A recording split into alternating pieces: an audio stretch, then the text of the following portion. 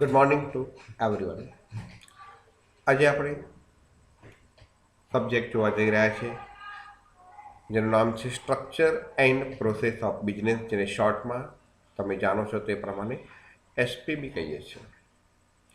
એની અંદર ઓલરેડી આપણે ઇવાલ્યુએશન of business, ધંધાની ઉત્ક્રાંતિ કેવી રીતના થઈ, એમાં ઇન્ડસ્ટ્રીયલ રિવોલ્યુશન થયું, ઔદ્યોગિકરણ, ઔદ્યોગિક ક્રાંતિ થઈ, એમાં કયા કયા મેજર ચેન્જીસ આવ્યા તેને રિલેટેડ ક્વેશ્ચન્સ આપણે જોઈ ગયા, અને એના શું પરિણામ આવ્યા, કોન્સિક્વન્સીસ, એ આપણે જોઈ ગયા. ત્યારબાદ nature, scope and characteristics of business. તો બિઝનેસમાં કઈ 3 એક્ટિવિટીઝ આવશે, એ 3 activities business, professions and employment. તો 3 કેરેક્ટરિસ્ટિક્સ, નેચર્સ આપણે જોઈ ગયા. ઓબ્જેક્ટિવ્સ ઓફ ધ બિઝનેસ, એના 5 ઓબ્જેક્ટિવ્સ હતા, એ પણ આપણે ઓલરેડી ડિસ્કશન કરી ગયા છે આગળના વિડીયોઝમાં. હવે આ વિડીયોમાં આપણે મોસ્ટ ઇમ્પોર્ટન્ટ ક્વેશ્ચન જોવા જઈ રહ્યા છે, અને એ ક્વેશ્ચન્સ છે division or classifications of business. બિઝનેસનું ક્લાસિફિકેશન, વર્ગીકરણ, ધંધાનું વર્ગીકરણ. એટલે કે ધંધામાં કઈ પ્રવૃત્તિ આવશે. તો આમ તો જોવા જાઓ તો ધંધામાં મુખ્ય 2 પ્રવૃત્તિ આવે. એક તો ઇન્ડસ્ટ્રીઝ, ઇન્ડસ્ટ્રીઝને આપણે શું કહીશું, ધંધો, અને બીજું છે કોમર્સ. તો કોમર્સ શું છે, ઇન્ડસ્ટ્રીઝ શું છે, એનું ડિટેલ આ ટોપિકમાં શીખવાનું છે. આ ટોપિકમાં બંને નથી પૂછતા, ગમે તે એક વિશે પૂછે, ઇન્ડસ્ટ્રીઝ વિશે પૂછે કાં તો કોમર્સ વિશે પૂછે, અને એમાં પણ ઇન્ડસ્ટ્રીઝમાં પણ ઘણું બધું અંદર આપેલું છે, એમાંય બધું પૂછતા નથી. કઈ રીતના ક્વેશ્ચન પૂછાશે એ એક વખત આપણે ક્વેશ્ચન કમ્પ્લીટ કરીએ, પછી આપણે કહીશું કે આ પ્રકારના ક્વેશ્ચન્સ આવે એમાં આટલું લખવાનું હોય છે. હવે અહીંયા આગળ જે લાસ્ટ પોઈન્ટ છે, એ last point business system and essentials of the successful business, આ છાપવાનો રહી ગયો છે, તમને આપવાનો પેમ્પલેટમાં રહી ગયો છે. એટલે જે આપણે યુનિટ સેકન્ડ હશે ને, એની અંદર પાછળના પેજ ઉપર તમને આ આપી દઈશું, ચલાવી લઈશું, પરંતુ તમને આપીશું નેક્સ્ટ પેમ્પલેટમાં.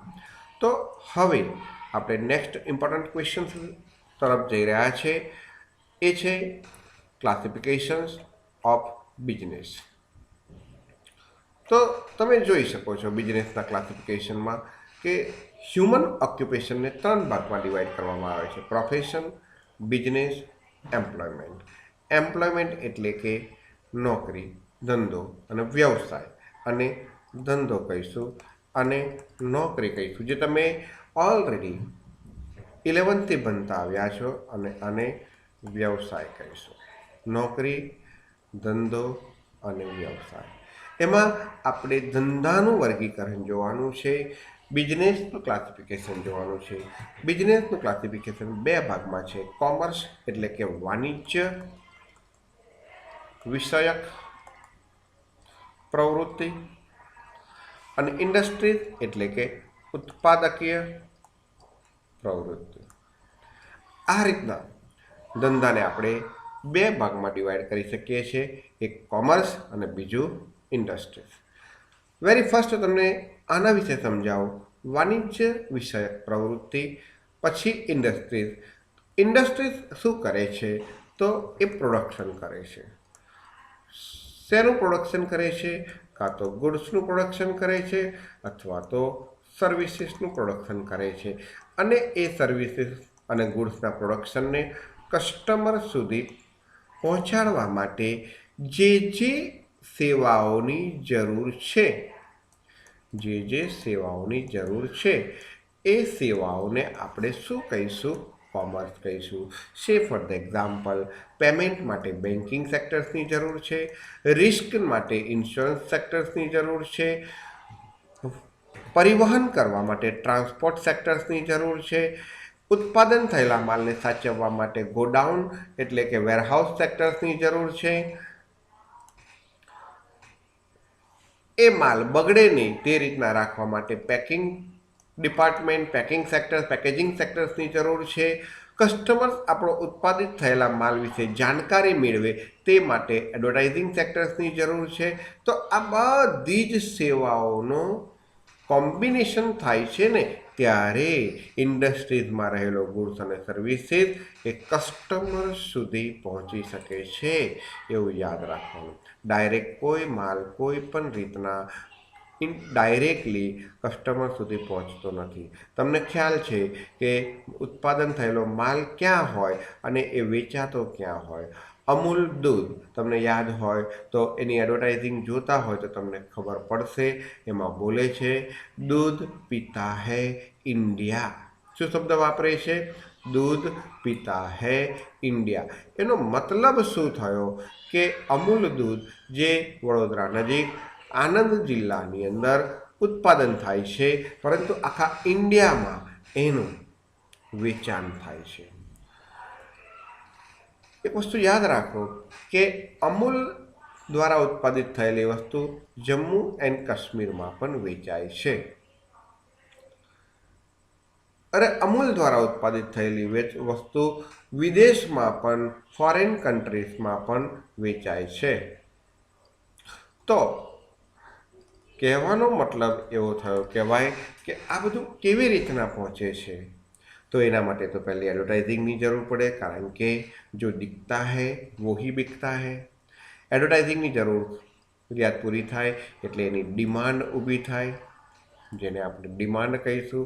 ડિમાન્ડ ઊભી થાય એટલે એને ટ્રાન્સપોર્ટ કરવું પડે. ટ્રાન્સપોર્ટ કરીએ એટલે પૈસાની વ્યવસ્થા બેન્કિંગ સિસ્ટમ દ્વારા થાય, કારણ કે પહેલો પૈસા આપે તો જ આપણે માલ મોકલીશું. હવે બેન્કિંગ સેક્ટર્સની જરૂરિયાત પૂરી થાય, ટ્રાન્સપોર્ટ સેક્ટર્સની જરૂરિયાત પૂરી થાય, પરંતુ એ બે વચ્ચે એક જોખમનું તત્વ ઊભું થાય છે. તો એ જોખમનું તત્વ કોણ પૂરું પાડે છે? Insurance company. આ બધું તો બરાબર છે, પણ જે ડિમાન્ડ થાય છે અને પ્રોડક્શન થાય છે એ બે વચ્ચે ઘણો મોટો સમયગાળો હોય છે. અને એ સમયગાળો જે ઓછો કરે છે, એ સમયગાળામાં જોખમ ઓછું કરે છે. એ કોણ કરે છે? વેરહાઉસિંગ. કોણ કરે છે? વેરહાઉસ. બહુ જ મોટા મોટા વેરહાઉસ હોય છે. જો તમે જાણો તો ખબર પડે. કોલ્ડ સ્ટોરેજથી માંડીને ઘણા બધા વેરહાઉસની ફેસિલિટીઝ પ્રોવાઈડ કરે છે. મોટા મોટા ગોડાઉન હોય છે. તમે બિલીવ નહીં કરો, તમારી એક આખી સોસાયટી હોય, 100 મકાનની સોસાયટી હોય, એટલું મોટું વેરહાઉસ બનાવેલું હોય છે.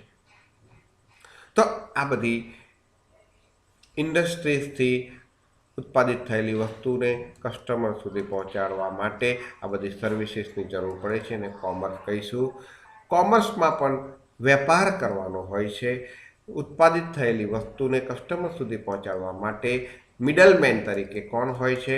વેપારી. તો એ વેપારી પણ દેશનો હોય કાં તો બહારનો હોય. એટલે કે એ વેપાર દેશમાં થતો હોય કાં તો વિદેશમાં. તો વેપારના પાછા બે ભાગ છે, ઇન્ટરનલ ટ્રેડ, એક્સટર્નલ ટ્રેડ. જે દેશમાં વેપાર કરતા હોય એ પાછા બે પ્રકારના હોય, જથ્થાબંધ વેપારી અને બીજું છે રિટેલ, એટલે કે નાનો વેપારી. એક્સટર્નલ વેપાર હોય તો એમાં કાં તો આપણે ઇમ્પોર્ટ કરતા હોય, આયાત કરતા હોય, કાં તો આપણે એક્સપોર્ટ કરતા હોય, નિકાસ કરતા હોય, કાં તો એન્ટ્રેપોર્ટ કરતા હોય. એટલે કે બીજા દેશમાંથી માલ લાવીને અન્ય દેશમાં માલ બારોબાર પહોંચાડવાનો, એને એન્ટ્રેપોર્ટ કહેવાય. આપણી ભાષામાં કહીએ તો બારોબાર માલ પહોંચાડવો. આ બધી જ વસ્તુ તમે ઓલરેડી 11thની અંદર ભણી ગયા છો. The business activities can be classified into two groups or categories: industries, commerce.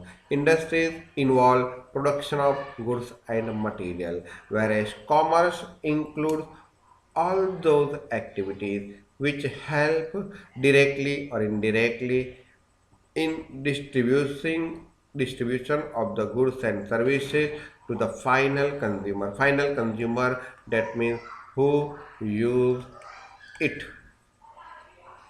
Now let us explain both the groups in detail. Out of this, first of all, we have to discuss industry, because before production we have no use of commercial activities. So first of all, we can produce the goods and material. Thereafter, it will be distributed to the final, it will be distributed up to the final consumer, not directly final consumer. There are also so many stoppage from industries to the final consumer. Now, whatever this point, it is not required, but thereafter I will explain. The term industries means the part of the business activities which is concerned with the raising, production or processing, fabrication of the product. ઇન્ડસ્ટ્રીઝમાં શું આવે છે?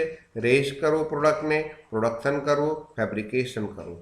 Rays કરવું એટલે કે એ જમીનના પેટાળમાંથી બહાર કાઢવું. Production કરવું એટલે નવો આકાર આપવો. ફેબ્રિકેશન કરવું એટલે કે એનું નવું સ્વરૂપ આપવું. રેઝ કરવું એટલે કે પૃથ્વીના પેટાળમાંથી બહાર કાઢીને એને વેચવું. પ્રોડક્શન કરવું એટલે રો મટીરિયલમાંથી ફિનિશ્ડ ગુડ્સમાં કન્વર્ટ કરવું. અને ફેબ્રિકેશન કરવું એટલે કે નવો આકાર આપવો, નવું સ્વરૂપ આપવું. આ ત્રણ વસ્તુ એની અંદર આવશે. બરોબર છે? નેક્સ્ટ વન, ચાલો.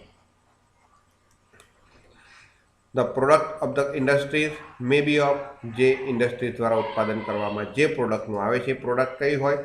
કન્ઝ્યુમર પ્રોડક્ટ પણ હોઈ શકે, અથવા તો પ્રોડ્યુસર ગુડ્સ, અથવા તો ઇન્ટરમીડિયેટ ગુડ્સ પણ હોઈ શકે. તો કન્ઝ્યુમર ગુડ કે જે ફાઇનલી કન્ઝ્યુમર યુઝ કરે છે. પ્રોડ્યુસર ગુડ તમે આ શીખી ગયા છો કે જે ફર્ધર પ્રોડક્શન માટે use for production or other goods and services, કાં તો એની મદદથી બીજી વસ્તુનું ઉત્પાદન થાય છે. સે ફોર ધ એક્ઝામ્પલ કાપડ. તો કાપડનું જે ઉત્પાદન થાય છે, તો એ કાપડની મદદથી તમે રેડીમેડ ગાર્મેન્ટ્સનો ઉપયોગ કરો છો, એટલે પ્રોડ્યુસર ગુડ્સ કહેવાય. અને ઇન્ટરમીડિયેટ ગુડ એટલે કે એવું material which further process by the other industry, જેમાં ફર્ધર પ્રોસેસ કરવામાં આવે છે. ધારો કે પ્લાસ્ટિકના દાણા, એનું ઉત્પાદન થાય તો પ્રોડ્યુસર ગુડ, પરંતુ પ્લાસ્ટિકના દાણા કોઈને કામમાં નથી લાગતા. પ્લાસ્ટિકના દાણાની મદદથી કંપની પ્લાસ્ટિક આઇટમનું ઉત્પાદન કરે છે, એટલે પ્લાસ્ટિકના દાણા એ ઇન્ટરમીડિયેટ ગુડ્સ કહેવામાં આવે છે. અમુક ગુડ્સને તમે ફાઇન કન્ઝ્યુમર ગુડ્સ પણ કહી શકો, ઇન્ટરમીડિયેટ ગુડ્સ પણ કહી શકો. સે ફોર ધ એક્ઝામ્પલ મિલ્ક. તો મિલ્ક જો કન્ઝ્યુમર ડાયરેક્ટ કન્ઝ્યુમ કરે તો એ કન્ઝ્યુમર ગુડ, પરંતુ કન્ફેક્શનર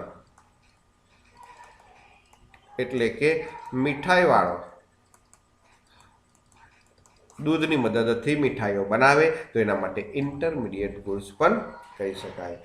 ઘણી વખત એની મદદથી તમે હવે એવી વસ્તુનું ઉત્પાદન કરો કે જે કેપિટલ નેચરનો ગુડ્સ છે, જે ફાઇનલ કન્ઝ્યુમર ક્યારેય ઉપયોગ કરતો નથી, એની મદદથી અધર આઇટમનું પ્રોડક્શન કરવામાં આવે છે. તે for the example production of machine.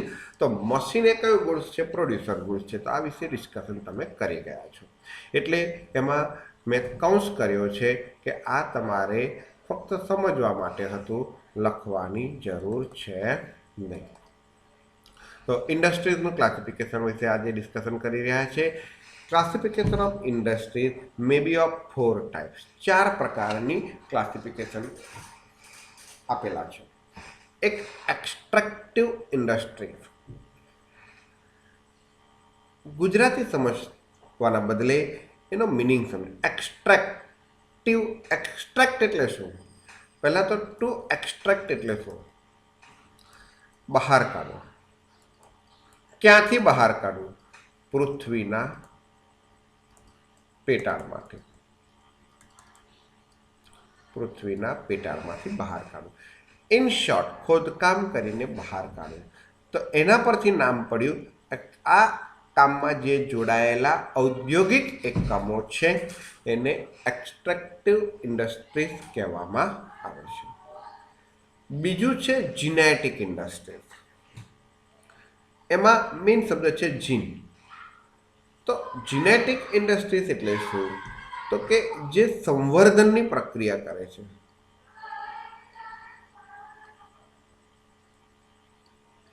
સંવર્ધનની પ્રક્રિયા કરે છે.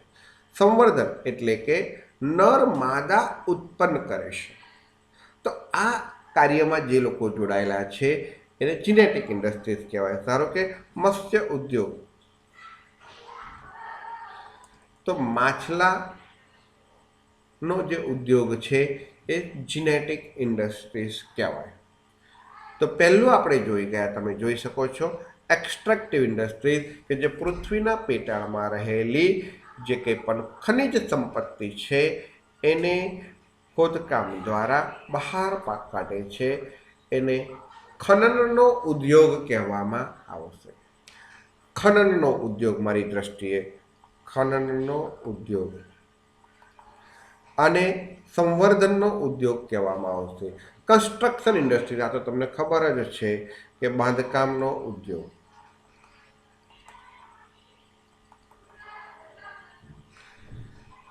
અને લાસ્ટ છે મેન્યુફેક્ચરિંગ ઇન્ડસ્ટ્રી, ઉત્પાદનનો ઉદ્યોગ. બાંધકામની ઉદ્યોગ શું કામ કરે છે? તો bridge, buildings, road, dams, flyovers, આ બધું કન્સ્ટ્રક્શન કરે છે, એટલે એને કન્સ્ટ્રક્શન ઇન્ડસ્ટ્રીઝ કહેવામાં આવશે. મેન્યુફેક્ચરિંગ ઇન્ડસ્ટ્રીઝ રો મટીરિયલમાંથી ફિનિશ્ડ ગુડ્સમાં કન્વર્ટ કરે છે. રો મટીરિયલને શું કરે છે? ફિનિશ્ડ ગુડ્સમાં કન્વર્ટ કરે છે, એટલે એને મેન્યુફેક્ચરિંગ ઇન્ડસ્ટ્રીઝ કહેવામાં આવશે. તો ધ્યાન રાખો કે ઇન્ડસ્ટ્રીઝ ટોટલ 4 પ્રકારની છે. કઈ 4 પ્રકારની? એક્સ્ટ્રેક્ટિવ ઇન્ડસ્ટ્રીઝ, બીજી છે genetic industries,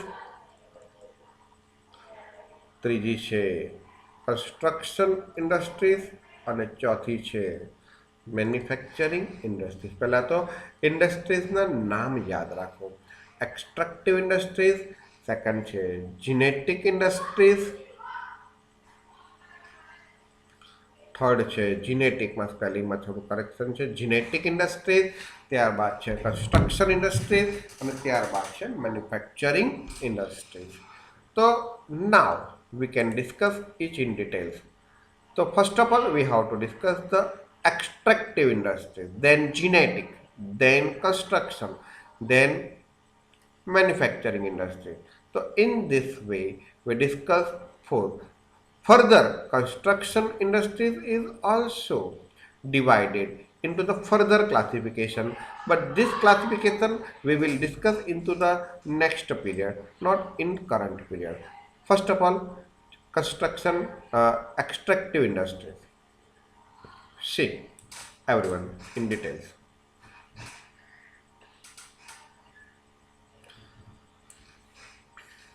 Extractive industries. Extractive industries are those industries which involve in extractions of, extraction એટલે taking out એટલે કે બહાર કાઢવું, which involve in extraction of something, કોઈ પણ વસ્તુ, from natural resources, કુદરતી સંસાધનો. જે કુદરતી સંસાધનો કુદરતે આપેલું છે એમાંથી તમારે બહાર કાઢવું. જે કુદરતે એની ખાણ આપેલી છે એવું કહી શકાય, ખાણ આપેલી છે એમાંથી બહાર કાઢવામાં જે ઉદ્યોગો સંકળાયેલા છે તેને એક્સ્ટ્રેક્ટિવ ઇન્ડસ્ટ્રીઝ કહેવાશે. યાદ રાખો શું લખીશું? Which involve in extraction of something. કઈ વસ્તુ? તો કે કોઈ પણ વસ્તુ, સમથિંગ, કોઈ પણ વસ્તુ. ક્યાંથી? From natural resources. This industries includes those activities, આમાં એવા પ્રકારની એક્ટિવિટીઝનો સમાવેશ થાય છે by which various forms of wealth are drawn out. ઘણા બધા પ્રકારની સંપત્તિ drawn out or extracted or raised, ગમે તે એક શબ્દ લખો તો પણ ચાલે, કે આ એક એવી એક્ટિવિટીઝ છે, એવું કાર્ય છે આ ઇન્ડસ્ટ્રીઝનું કે જે અલગ અલગ પ્રકારની વેલ્થ, સંપત્તિ બહાર કાઢે છે. શેમાંથી? From soil, from air, from water or from below the surface of earth.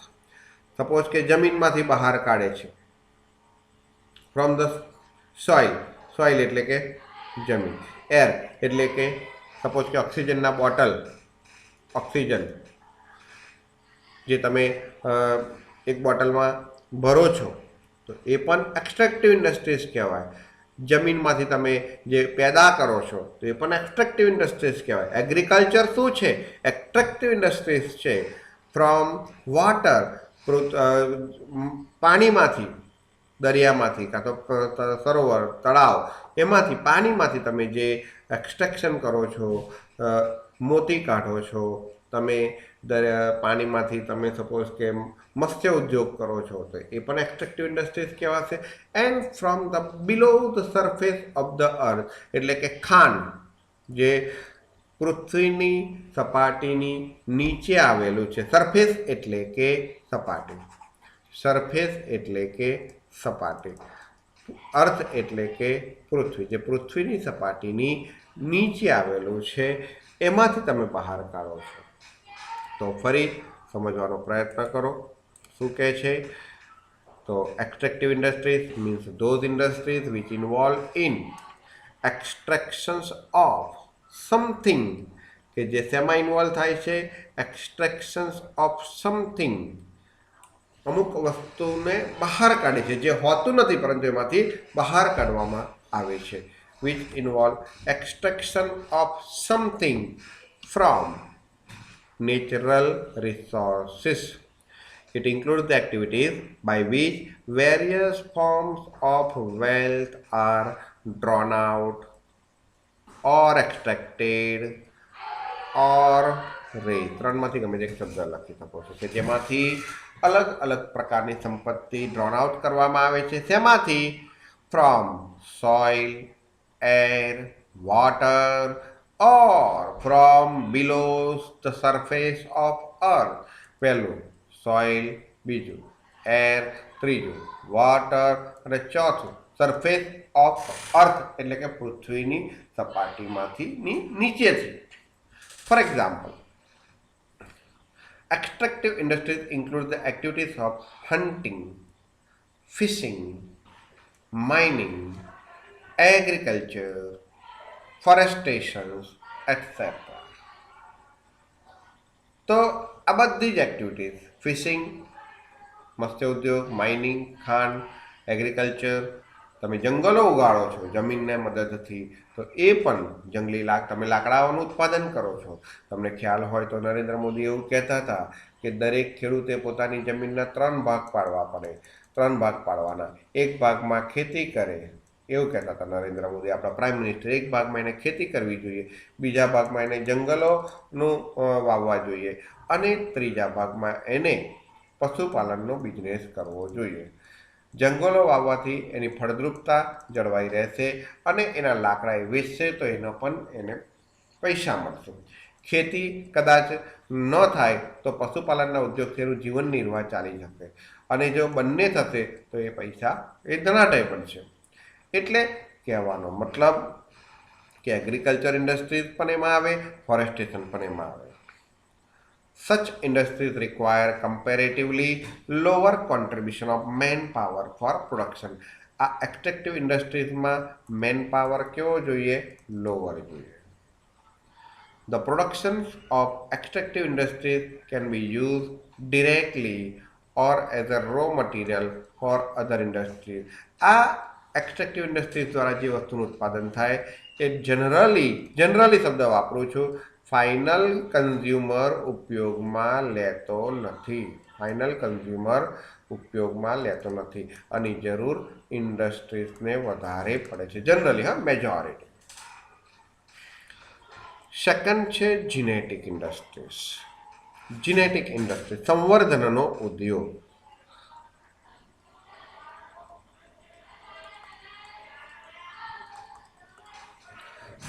તો this industries perform the activities of rearing એટલે ઉછેર,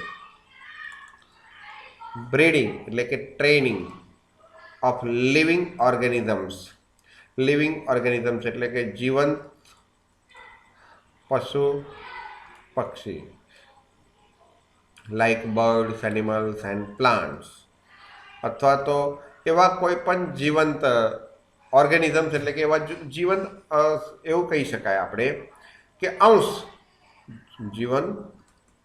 કે જે જીવ છે એની અંદર. ધારો કે પ્લાન્ટ, તો એની અંદર જીવ છે. એનું બીજનું રોકાણ કરો તો એનું સમય જતાં વૃક્ષ થાય જ છે, તો એ જીવંત છે. They are engage in reproducing and multiplying. આ પ્રકારની ઇન્ડસ્ટ્રી શેમાં એંગેજ છે? તો રીપ્રોડ્યુસિંગ, ફરીથી ઉત્પાદન કરવામાં. ધારો કે તમે ઘઉં કર્યા ખેતરની અંદર અને એમાંથી 10 ઘઉં લઈને તમે આમ પાછા એ ઘઉં તમે એને વાવતર કરી નાખ્યું અને પછી એ જો તમે ઘઉં તમે ખેતરમાં નાખી દો તો પાછા એનું સમય જતાં ઓટોમેટિકલી એ ઘઉંના છોડ પાછા બને છે. તો એ રીપ્રોડ્યુસિંગ કહેવાય. They are engaged in reproducing and multiplying. ઘણા બધા પ્રમાણમાં સર્ટેન સ્પેસીસ ઓફ પ્લાન્ટ, અમુક પ્રકારના સ્પેસીસ ઓફ પ્લાન્ટ એટલે કે અમુક પ્રકારના પ્લાન્ટ થાય છે એની મદદથી. એન્ડ એનિમલ્સ, એનિમલ્સનું પણ રિપ્રોડ્યુસિંગ થાય છે. સે ફોર ધ એક્ઝામ્પલ, નર અને માદાને તમે ભેગા કરો અને એની મદદથી નવી જાતિ ઉત્પન્ન થાય છે, તો એ રિપ્રોડ્યુસિંગ ઓફ એનિમલ કહેવાય, મલ્ટીપ્લાઇંગ ઓફ એનિમલ કહેવાય. અને એટલા માટે જ તો ગીરના સિંહ મધ્યપ્રદેશમાં લઈ જવામાં આવ્યા હતા આ જાતિને ટકાવી રાખવા માટે.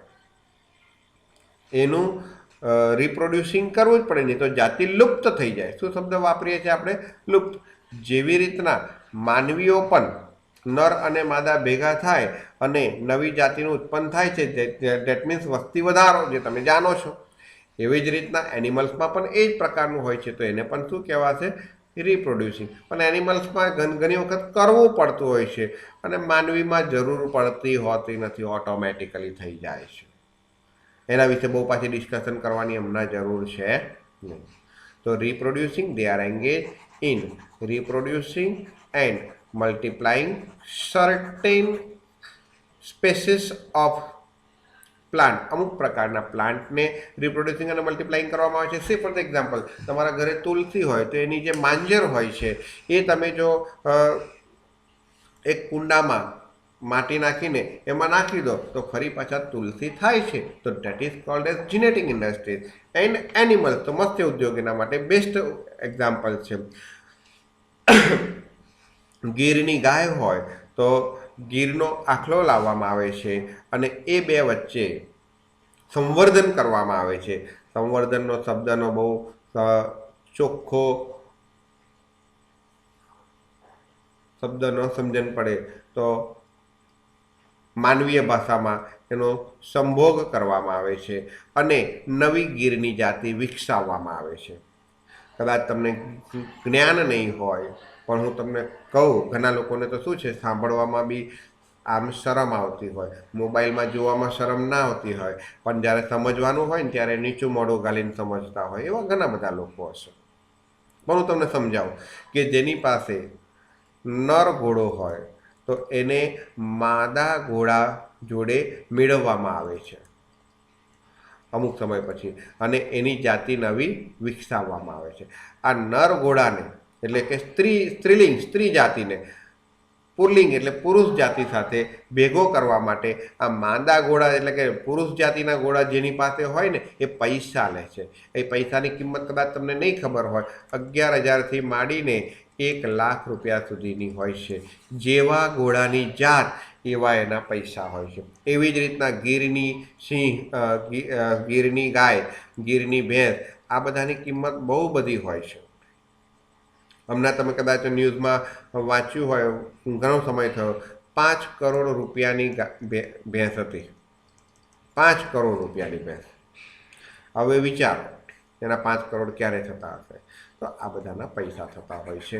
આ બધાની જાતો ટકાવી રાખવા માટે એમનું સંવર્ધન કરવામાં આવે છે અને એના સ્પેશિયલી ઉદ્યોગો હોય છે. તમે ડોગ લાવો ને તો ડોગની અંદર પણ એવો હોય છે. અમુક જાતિના ડોગ છે, એ ડોગ અમુક જાતના એ પોલીસવાળા એનો ઉપયોગમાં લેતા હોય છે. પેલું એક પિક્ચર આવ્યું હતું, તમને ખ્યાલ હોય તો, અક્ષય કુમારનું, એમાં એક પોલીસ કયું પિક્ચર હતું મને નામ તો કદાચ ખબર નથી, પરંતુ એનો ફ્રેન્ડ હોય છે એ પોતે સોરી સોલ્જર પિક્ચર કેવું કંઈક હતું, સૈનિકને એ સોલ્જર બતાવે છે. તો એની અંદર પણ એ એક ડોગ જે પોલીસવાળા એને બહાર નાખી દે છે, તો એવું કહે છે કે ના લાવો આ ડોગ હું રાખીશ, અને પછી એને કામમાં લાગે છે. તો આ બધાને જાતિ વિકસાવવામાં આવે છે. તો એમાં જે જોડાયેલા ઉદ્યોગો છે ને જીનેટિક ઇન્ડસ્ટ્રીઝ કહી શકાય. Nurseries selling plant, cattle breeding farms, જે કેટલ છે એ ફાર્મનું બ્રીડિંગ કરે છે ખેતીનું. પોલ્ટ્રી ફાર્મ કે જ્યાં મરઘા ઉછેર કરવામાં આવે છે. ડેરી ફાર્મ, પછી growing fish in a pond એટલે તળાવ. ડેરી ફાર્મ તો જેની અંદર દૂધનાથી ઘણી બધી વસ્તુઓ બનાવવામાં આવે છે અલગ અલગ પ્રોસેસ દ્વારા. જીનેટિક ઇન્ડસ્ટ્રીઝ કહેવાય, કારણ કે એ મલ્ટીપ્લાઇંગ કરે છે દૂધની મદદથી જ. છાશથી માંડીને ઘીથી માંડીને માખણથી માંડીને ચીઝથી માંડીને દરેક વસ્તુ બનતી હોય છે, એટલે એ પણ જીનેટિક ઇન્ડસ્ટ્રીઝમાં આવે. ગ્રોવિંગ ફિશ એટલે કે માછલીનું ઉત્પાદન કરવામાં આવે છે. Commercial canal in a pond or commercial canal, અથવા તો એવી સ્પેશિયલ કેનલ બનાવેલી હોય ત્યાં નર અને માદા બંને પ્રકારની માછલીઓને રાખવામાં આવે છે, અને અમુક સમયમાં એમાં વધારો થતો હોય છે. આપણે ત્યાં પોરબંદર નજીક તમને ખબર હોય તો મત્સ્ય ઉદ્યોગ બહુ મોટા પાયા ઉપર છે. thereafter કન્સ્ટ્રક્શન ઇન્ડસ્ટ્રી, આ બંને ઇન્ડસ્ટ્રીઝ વિશે તમે બહુ સારી રીતે જાણો છો. ધીસ ઇન્ડસ્ટ્રીઝ ઇન્વોલ્વ, આ ઇન્ડસ્ટ્રીઝ શેમાં ઇન્વોલ્વ છે? In a construction of building, road, dam, bridge, કેનાલ્સ etcetera. The unique features, એનું મહત્વનું ફીચર બીજા બધા કરતાં ડિસ્ટિંગ ફીચર્સ એ છે of this industries is that their product cannot be transferred or shifted to the market for sale. એને માર્કેટમાં વેચવા માટે લાવાતી નથી. બાકી બધી જ ઇન્ડસ્ટ્રીઝ દ્વારા ઉત્પાદિત થયેલી વસ્તુઓ માર્કેટમાં લાવી શકાય છે, શિફ્ટિંગ કરી શકાય છે, પણ બરોડાનો બ્રિજ ઉચકીને સુરત લઈ જવાતો નથી. This means they are built, erected or fabricated, બનાવવું. ફેબ્રિકેટેડ એટલે બનાવવું. At the fix site only, ચોક્કસ જગ્યાએ જ બનાવવામાં આવે છે. સપોઝ કે દુબઈમાં બુર્જ ખલીફા છે, 164 માળનું બિલ્ડિંગ છે, એ ઇન્ડિયામાં ના લાવી શકાય, ત્યાં જ ફેબ્રિકેટ કરેલું છે, કન્સ્ટ્રક્ટ કરેલું છે. These industries use the product of manufacturing industries. આ ઇન્ડસ્ટ્રીઝ, કન્સ્ટ્રક્શન ઇન્ડસ્ટ્રી પોતાના કન્સ્ટ્રક્શન માટે જે કોઈ પણ મટીરિયલનો ઉપયોગ કરે છે એ બધું મેન્યુફેક્ચરિંગ ઇન્ડસ્ટ્રીઝનું ઉપયોગ કરે છે. તે for example cement, steel etcetera, આ બધું ઉત્પાદન જે કરે છે એ કઈ ઇન્ડસ્ટ્રીઝ હોય છે? Manufacturing industries. As well as extractive industries like queries. ધારો કે આપણે ક્વેરીઝની વાત કરીએ તો જે પથ્થર હોય છે, કપચી હોય છે, એ કપચી શેમાંથી આવે છે? તો પહાડોના ટુકડા કરવામાં આવે છે. પહાડ હોય છે ને એના ટુકડા કરવામાં આવે, એને એના સ્પેશિયલ મશીન હોય, એ ટુકડા એ મશીનમાં નાખવામાં આવે, એમાં નાની કપચી થાય, મોટી કપચી થાય, એ પ્રમાણેના મશીન્સ હોય છે. તો કન્સ્ટ્રક્શન ઇન્ડસ્ટ્રી, તો ફરી કન્સ્ટ્રક્શન ઇન્ડસ્ટ્રીઝની અંદર શું આવશે? Construction industries involve in a construction off road, dams, bridge, કેનાલ્સ, બરાબર છે, ફ્લાયઓવર્સ તમે કહી શકો, એને ડેમ્સ, એ પણ બધું જ આવી શકે. ધ યુનિક ફીચર્સ કયું છે? એનું યુનિક ફીચર્સ કયું છે? બધા કરતાં ડિસ્ટિંક્ટ ફીચર્સ, અલગ ફીચર્સ કયું છે? કે their product cannot be transferred or shifted to the market for sale. This means they are built, erected, એની સ્થાપના થાય છે, બાંધકામ કરવામાં આવે છે, કાં તો બનાવવામાં આવે છે at the fix site only. This industries use the product of manufacturing industries as well as extractive industries. Construction industries A manufacturing industries અને extractive industries ની જ પ્રોડક્ટનો ઉપયોગ કરતી હોય છે. The last one is the manufacturing industries.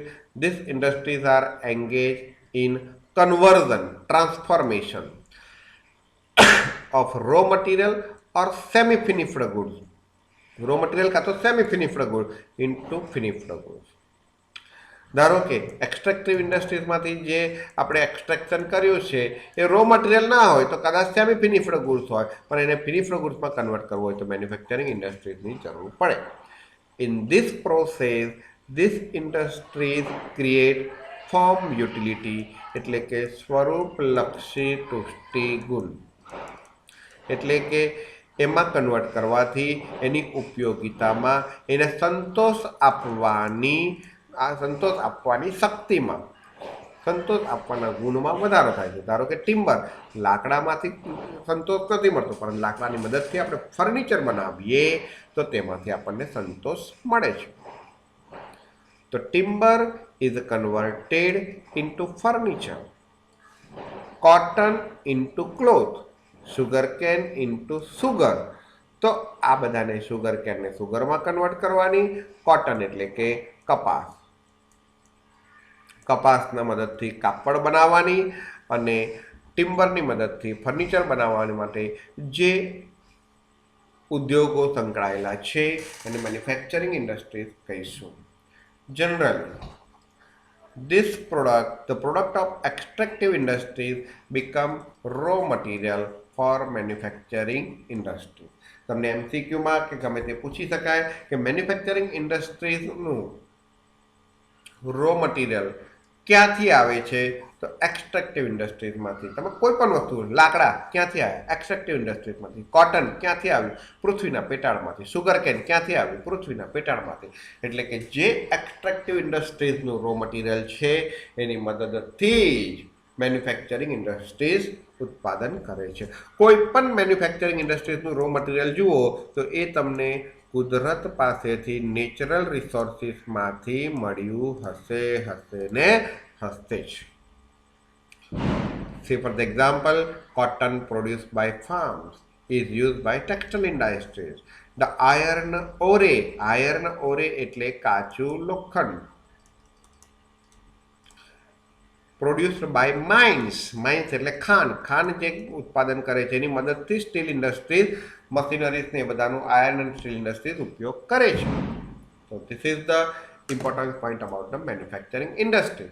હવે manufacturing ઇન્ડસ્ટ્રીઝના પણ classification છે, પરંતુ આપણે નેક્સ્ટ પીરિયડમાં જોઈશું.